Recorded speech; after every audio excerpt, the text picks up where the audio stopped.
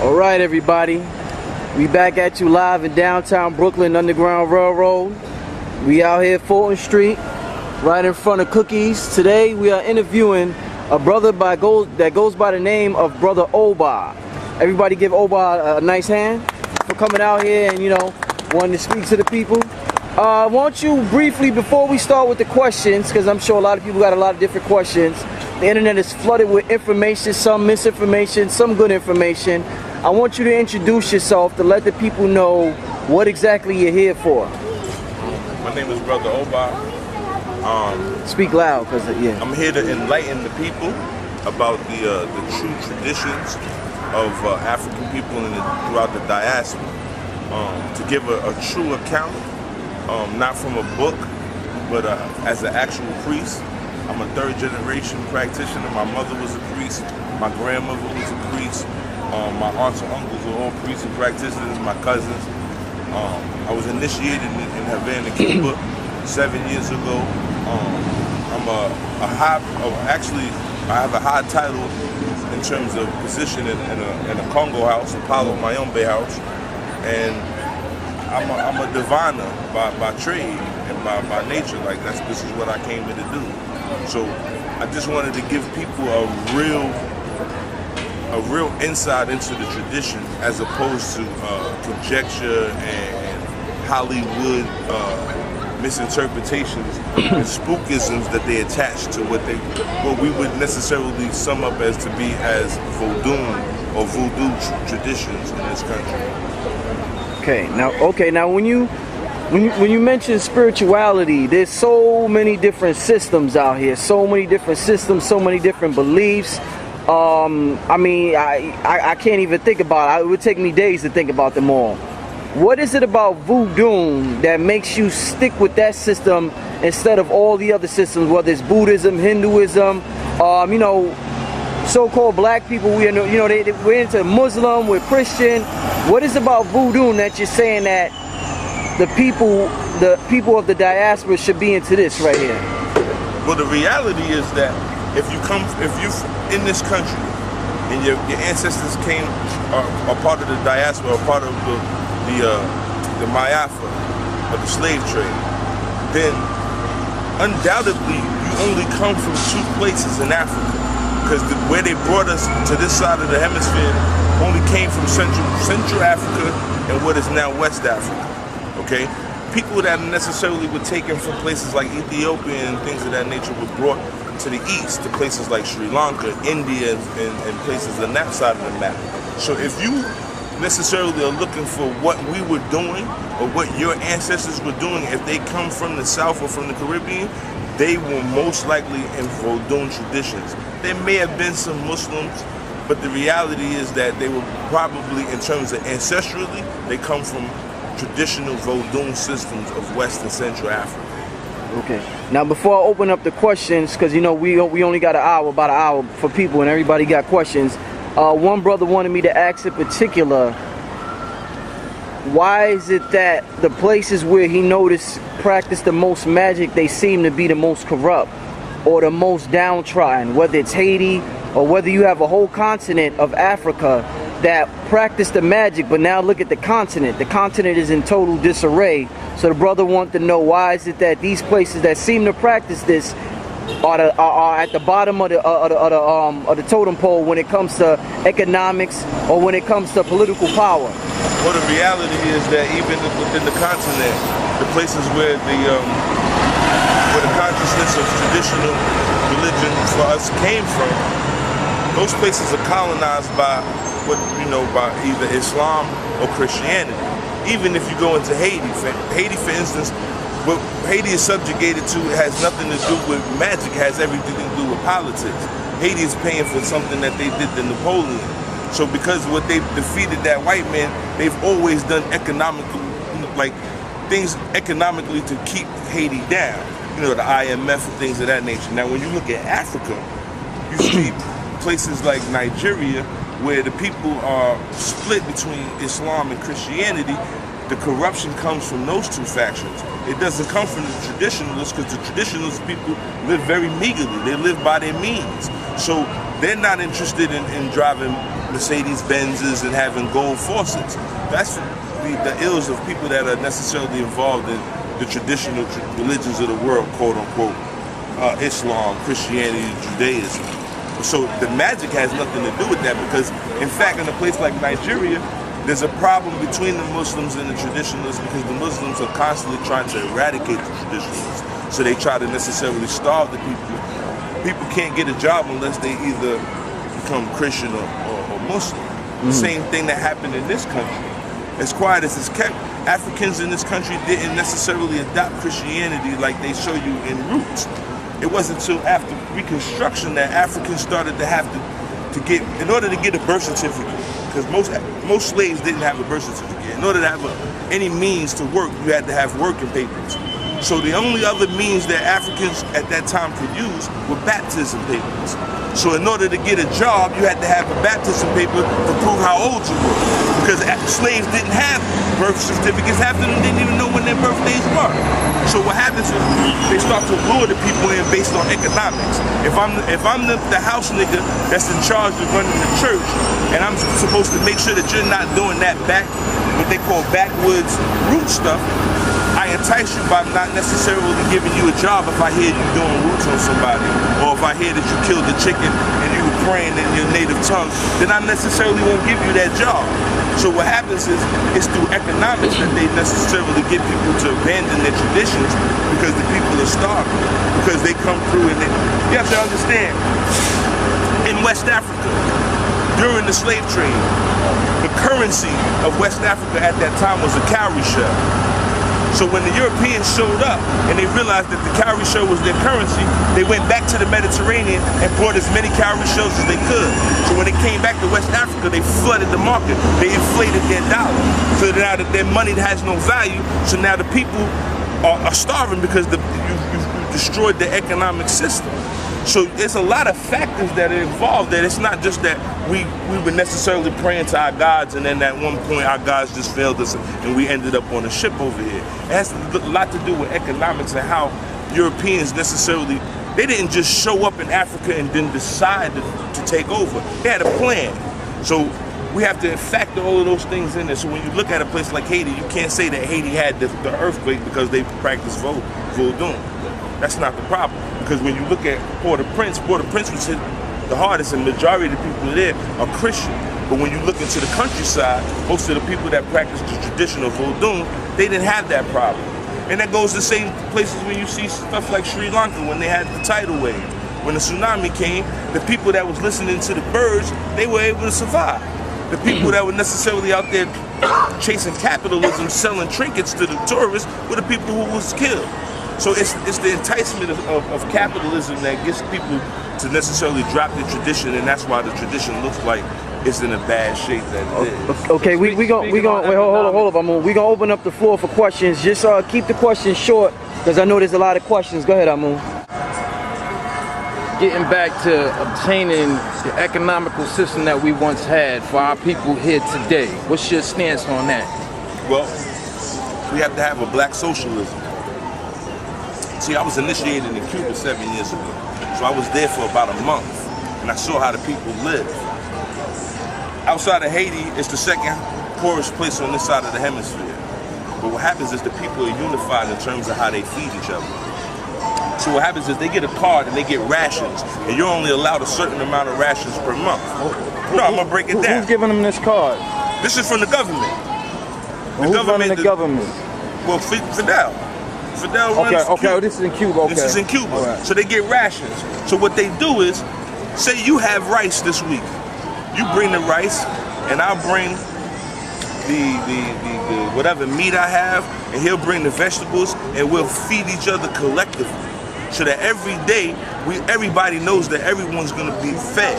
See, so that when you deal with socialism, because capitalism, when you necessarily go out your way to purchase certain merchandise that really has no value. If it's not a tool for you to necessarily fix something, or if it doesn't have anything immediate effect on your welfare, that really has no value. If it's not a tool for you to necessarily fix something, or if it doesn't have anything immediate effect on your welfare, then it's frivolous, it's mundane. But when you're dealing with the basic needs in terms of food and shelter and things of that nature, when we collectively, like imagine right now if we went to Fort Greene and everybody in there was necessarily in a food co-op, where they was necessarily growing the vegetables right there in front of the projects, and everybody was making sure that everybody ate, so that there's never a hungry person. You understand? Once you come to that, when you get to that point, then now you control the merchandise. You control how you spend your money, because you find out that Rockaware shirts ain't about nothing, so you don't spend your money on that. And so that doesn't affect you. When you spend your money on goods, like when you come here and you see Brother Richard, you buy a DVD with him, you spending the money with him, and now he spends that money to go buy something to eat from a black establishment. And so that money is always kept within us. So if we have a social a standard in terms of socialism about taking care of ourselves that we used to have, because there was a time when being black was synonymous with being poor. And now we, as black people, we have this illusion of class systems, that I'm better than the next black man. When the reality is that it was a time when you were, just because you was black, you necessarily had to look out for the other person because you knew the situation that they was in. You understand? So when we attach caste systems and class systems to us, it separates us. The same thing with the religion. When you have everybody is vying from a different religious standpoint, there's no unity in that, because everybody don't have the same ideals. You understand? We don't have the same ideals. We can't share in a common goal. So we don't have a common vision. Next, I have a question. go ahead, B. How are people affected when their personal connection is severed from their ancestral spirits? Like, for example, in the Dominican Republic, they used to have this caoba assembly. Basically, like the ancestors, for example, they'll use the caoba. It's like a sniff that they use to communicate with the ancestors. And when the Spanish came in, they severed that connection. So Right. how are people affected from that? Well, what happens is, when you see different things like that we suffer from, like alcoholism, that's stuff that's hereditary. So obviously it has to do with your ancestors. So if you understand that one of your ancestors might have necessarily had a problem drinking, then you understand that that might be in your genes, and that might not be a good vice for you. Okay? But in a religious perspective, in the codification, the liquor is used for people to necessarily become outside of themselves. That's why they call wine spirits. Yeah. You understand? Yeah. Because it takes you outside of yourself. So any narcotic, it usually has a medicinal purpose, but when you're using it for recreation, when you're sitting there and you're sniffing cocaine and you're not doing anything about it, then you're abusing it. And so there's a spirit that's attached to that. So there's a spirit attached to alcohol. Like they say, when some people drink, they become a different person. They become belligerent. They're not aware of how they act, because that's a spiritual thing. And spiritual thing, it's not a spookism.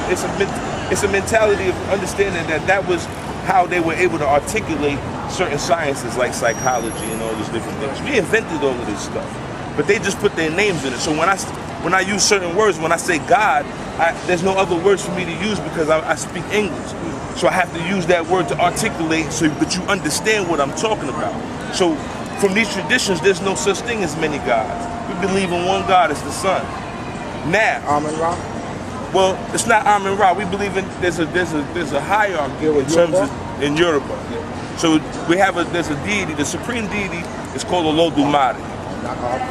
Okay, and Olodumare in translation means the womb from which we all came from, and we will all return. You deal with the form of Yoruba then? Yes. Okay. So now, secondly, you have the God that's before you, which is the sun, which is Olofi, that provides the light for you for everything to live. Because everything on the planet needs light, even that which is absent from it. When you look in the bottom of the ocean, photosynthesis still occurs by things that eat something else and something else that got to the top and got the sunlight. Absolutely. So when you start understanding that your environment dictates how you live. So we were talking earlier, if you live by the ocean, you most likely gonna look for a sea deity, because you want to necessarily be safe when you get on your boat and you go fishing. You want to be able to pray and understand the sea, so that you know that you're not going to waste your time on certain days, because you know that the fish are not going to be abundant that day. So that means that you're having a relationship with nature, and it's talking back to you. You have a give and take conversation with nature. That's all that these traditions really entail. It's just your interaction with nature and God. refer to the sun as our deity, like as the existential mother of this planet. Right. But the thing about science, it allows you to understand the mothers of the mother. Now, I've gotten my spiritual understanding from understanding the operation of the cosmos. So when you refer to the sun is giver of all life in the solar system, in this solar system, right? And the beautiful thing about it is a massive sun would supernova and give birth to millions of suns, just like how a living being can copulate and have children. So there's a quintessential, like, repetition of the pattern. Well, the pattern, you have to understand that the pattern is on when you get into alchemy, right? You understand that, like you said, we model ourselves after nature. My brother, God, let him. The development of our neurological development allows people with higher understanding to manipulate those with less understanding. That's why it's so important for them to control, like, education. Where what I'm saying is, you necessarily mirror everything that you do in terms of human behavior has already been exhibited through nature. All the characteristics that we have, whether it be violent, whether it be passive, whether it be abrasive, any of that, that's all based on what you see from your exterior. Absolutely. So what happens is, when you look at the fact that when you split a tree in half, you see circles within a circle, within a circle, within a circle. To express the age of the tree. Okay, well, the universe is like that too, because the sun is in the center and the other planets orbit around it as a circle within a circle. But the beautiful thing about it is it doesn't stop at the solar system. No, it's always expanding. You move from our solar system, and then you see, like, you understand the development of a solar system, and then you understand the development of a galaxy, and then you understand that a solar system could explode, cause a rip in the space-time continuum, create a new galaxy, and in essence create a new universe on the flip side. So then you start to understand, like, there isn't necessarily, like, something that's snapping its finger and making, like, things appear, that there's an order of operations that allows development. Understand this though, you gotta necessarily feed people something that they can comprehend. Don't tell people they're stupid. No. People can understand these things if they study it. I understand this though. Everybody's on different levels of knowledge. And what happens is, nothing that when you come into contact that's religious is literal. Absolutely. See, so what happens is, what we call monotheism, before things were written in a book, things were they were allowed to be interpreted. Monotheism is one God. Right. But that's not, understand, when they talk about one God, monotheism, when you understand the history of monotheism, not even, when you look at the fact that the Judaism created monotheism, right? The reason that they created it was because as the 12 tribes, as they were wandering around in the desert, they were being pillaged by people that were passing through the desert. So they united themselves under one deity. Okay? The 12 tribes of Israel? Yes. That's the story of how they became monotheistic. Because originally the people who you call the original Hebrews, they had many deities. And the Egyptians had many deities. No. The Hebrews was monotheistic. No, they were never always monotheistic. When you look at before Eve, they recognize what's her name? Who? But dude, all these theologies, these past theologies were written. Let me ask you a question, but what's your point? My point is, we can understand in-depthly how we operate from us, and then we can understand out. Because when people think that there's a question mark past our atmosphere, that allows people to be manipulated into the idea. But see, but understand this from a traditional African perspective. God is far removed. It's not something that you necessarily. Absolutely. It's indifferent. It's not judgmental. Yeah, let him talk, brother. Let him talk, brother. It's not judgmental. It's indifferent. So what happens is when people ask us why we have multiple deities, it's because we're able to process it and compartmentalize it by looking at it from different characteristics. Now, when you look at the whole, you can't imagine the whole. The whole is too much to imagine because it's constantly changing. It's always expanding. Like you said, the universe is still expanding. So how can you understand something that's constantly changing? But you follow the order of operations.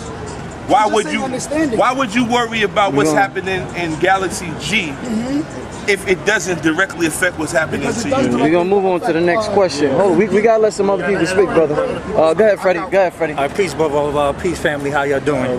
My question is this: on one of your DVDs, I think it was a lecture that you did in Georgia. You was talking about the seven African powers, right?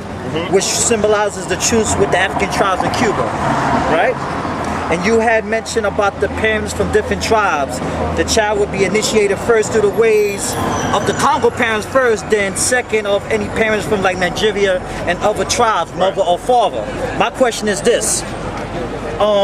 Like your parents or you who's born outside, or you can't pinpoint what tribe that you come from, based on the symbolism of the 7 tribes of Africa.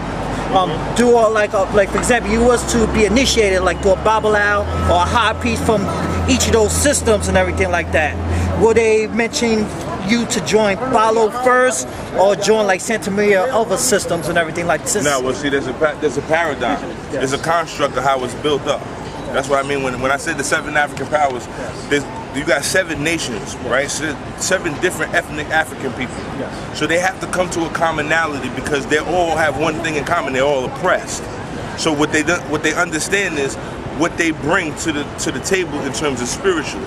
So they come up with a paradigm that says that the Congo comes first, because in terms of history, the Congolese were the first Africans that were brought here. They were the ones that necessarily were the liaison between the Native American and all the other Africans, because they were the first ones to understand the herbs and understand the land that they had to plant in there. Okay, so the Congolese, they come in first because they established things first.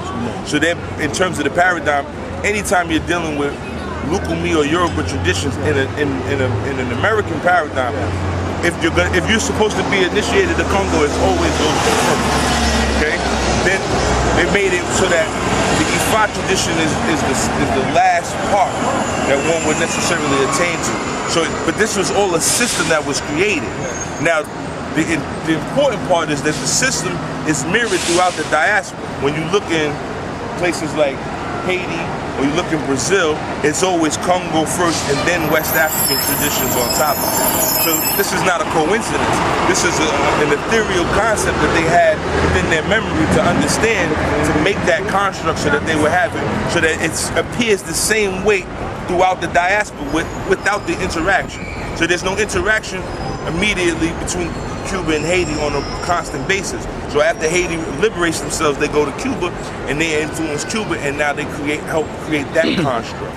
Okay? Same thing with Brazil. Brazil has the same, in terms of the construct, it's Congolese tradition first and then West African tradition on top of it. So that's not by coincidence. So that's what when you see the 7 African powers, the 7 African powers was bastardized and commercialized into a candle with the 7 things, but that's the true meaning of it, is that the Africans had a truce in terms of making what we know today to be quote-unquote Santeria or Palo Mayombe. All right, let's this brother here. I like to say, proper education corrects all others. That means peace, and tip to the people out here. My question is very basic. Basically, what I want to ask you is, this is the 3rd dimension we're in right now, right? So it's the spiritual world, the real world, and this is the matrix. That's the first one. Then I got a second one. Can you answer that? Well, I would have to agree with you, because what happens is that the deities and the spirits all want to be on this plane. Because on this plane, we're allowed to indulge in certain things, such as making love, such as laughter, such as eating food, all the things that we desire, and we have a choice. So in the ethereal construct, they don't have a choice, because they're bound by certain forces, and certain forces have to conduct themselves a certain way. So feeding your egoons and then acknowledging means something. Let me ask you another question. So when you ascend 4th and 5th dimension, you don't have a choice to come back to this 3rd dimension, do you? Because the spiritual world is more realer than this matrix world we're living in now. Well, I can only speak from what my understanding. And my understanding is that necessarily you come here to complete an experience, okay? And so when you come here, whether or not you're forced, I can't be positive of that. But what I do understand is that the same people are recycled over and over again. The same souls are here on this absolutely, planet now, right? absolutely. Because in the Yoruba construct, they name their children Babatunde or Yetunde, meaning father has returned or mother has returned. So our seeds that's born now, our babies that's born now, they old souls? Sure. Right. Go ahead. Well, anytime all babies are old souls because they came directly from the source. So they just came from the ethers, and then now we're introducing them into this reality. And what you see in old African culture is that you always see the children with the older people. And there's a saying that the older people are educating the children on how to live in this world, and the children are educating the older people how to live in the next world when they pass on. One more. It's important. Spirituality is much older than religion, right? And is Yoruba one of the oldest religions? One of them? Yeah, but not in the construct that we know it as Yoruba today. I'm talking about when it was in Ethiopia or in West Africa when it first arrived. Right. Well, you got to understand that what you see in terms of Yoruba is an amalgamation of all the different ideas that you see throughout that area. Meaning, I can't say that it's the purest form, but it is in terms of keeping up with the ancient rituals. It maintains a lot of ancient rituals. So there are necessarily things that you can identify that go back to Kemet. Right. Okay. I deal with Kemet. So and there's things that you can identify even in Ethiopia in terms of just in iconography that mirror themselves from West Africa.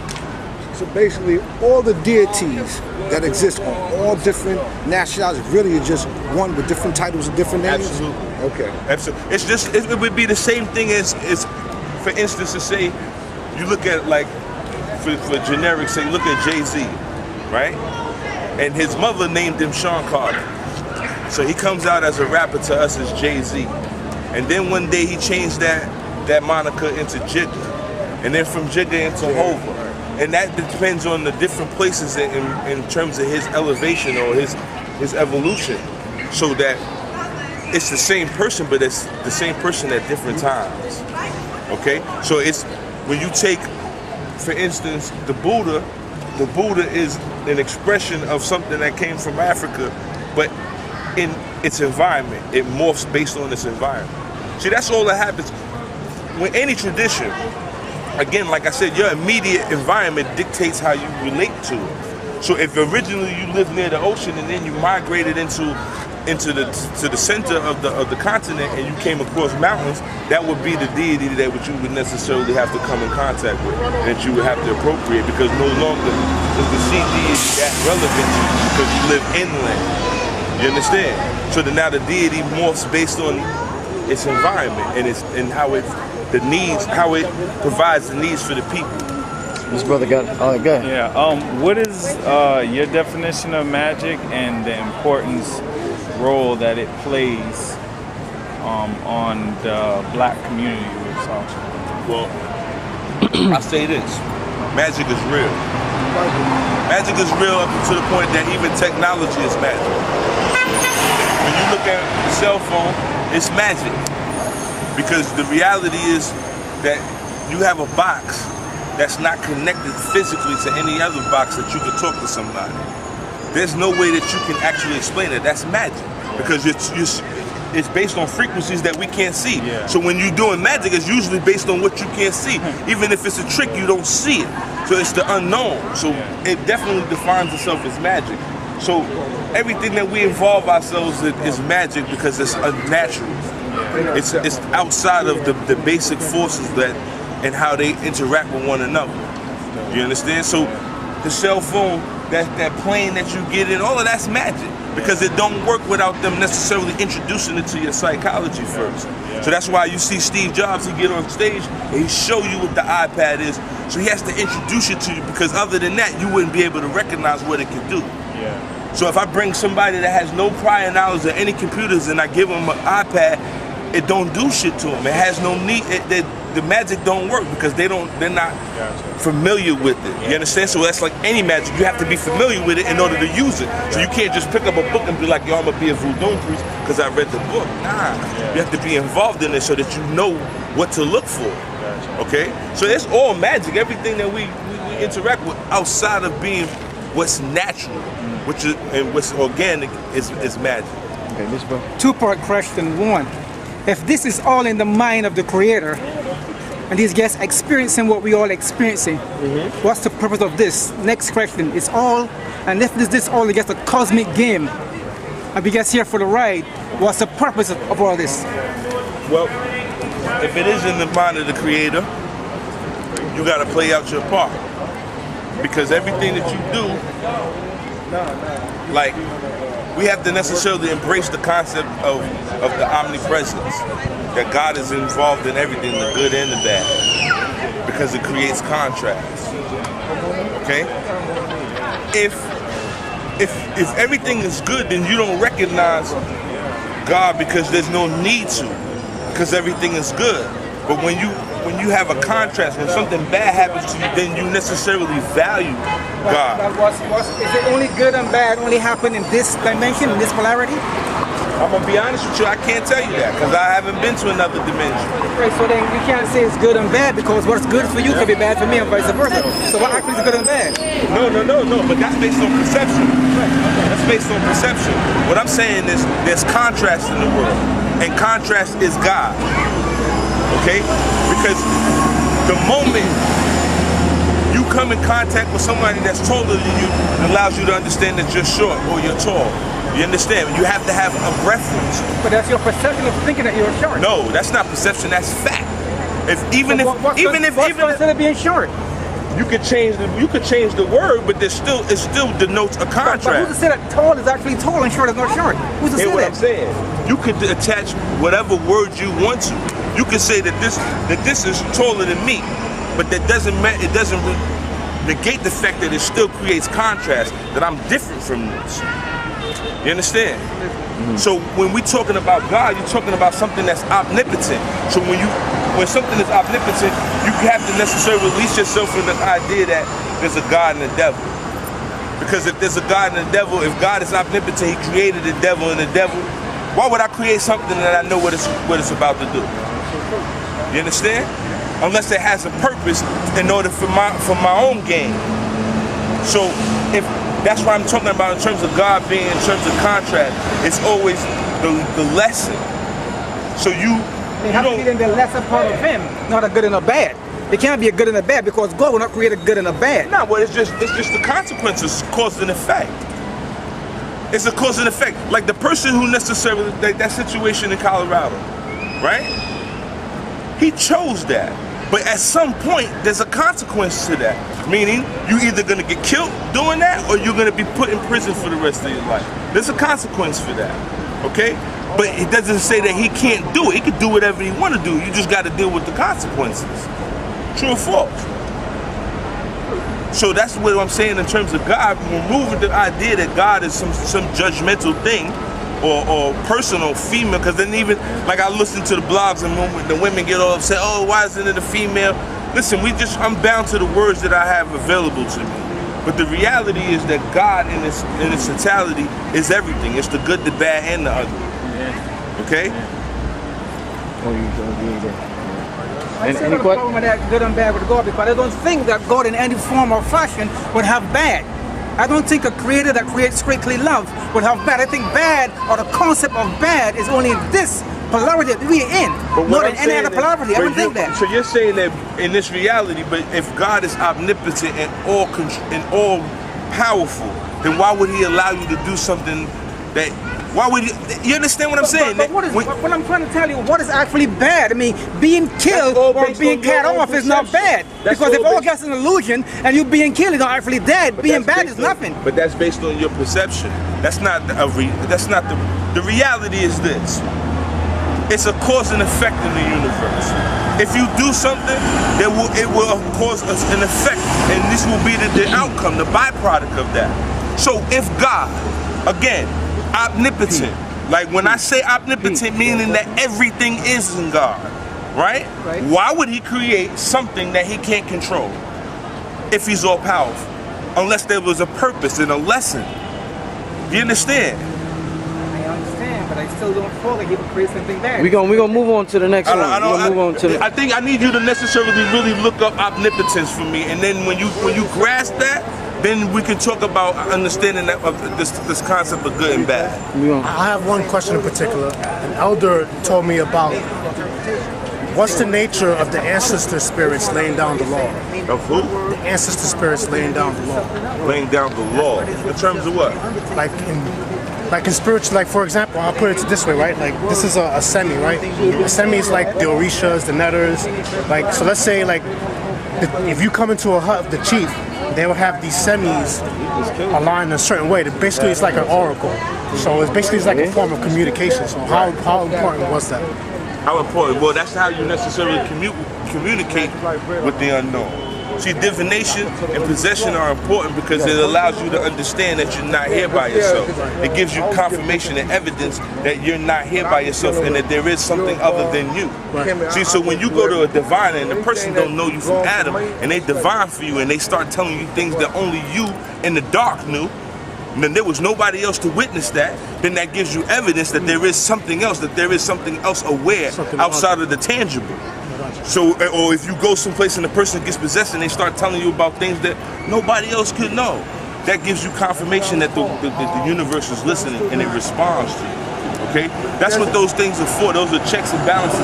Because we don't believe in idle faith. We don't believe in praying to something and just waiting for the results. It's a conversation in terms of how do I necessarily make, because if God is an energy, then it can be affected. Okay? So that means that there's certain things that you can do to agitate it or instigate it to make another movement. So when you're looking at God outside as an energy, in terms of your sacrifices and your prayers and things of that nature, your interaction with God necessarily dictates what kind of outcomes you get from God. Okay, so that it's not an idle faith. It's not about necessarily me waiting for a pie in the sky. I can necessarily do certain things, and because in the word, with the vibrations that it produces, I can change the metaphysics of my environment. I can make God do what I needed to do. It's like mercury. You ever seen mercury? You put it in a bowl, you can manipulate it based on how you move it. But by itself, it's just gonna do what it wants to do. So it's about taking things that are chaotic and making control out of it. It's the same thing we do with electricity. Electricity will burn your ass if you fucking with it just happenstance. But when you have certain checks and balances, when you got a pipe and it got a breaker box and you got this and that, it becomes productive that you can plug your radio into.